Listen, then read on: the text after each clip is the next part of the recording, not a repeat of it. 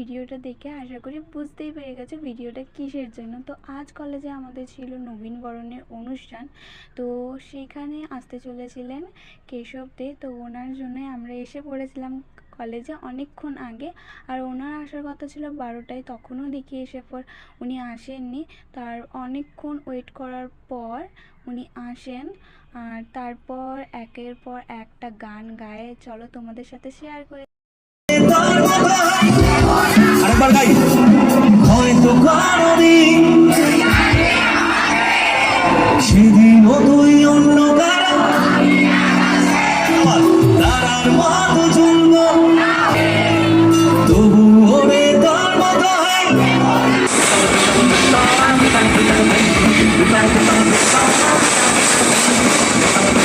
পরে আমাদের তো প্রচুর জল তেষ্টা পেয়ে গেছিলো, আর সেই জন্য আমরা জল খেতে চলে এসেছি। বাড়ি ফেরার পথে আমরা কিনে নিয়েছিলাম কিছু ঠান্ডা।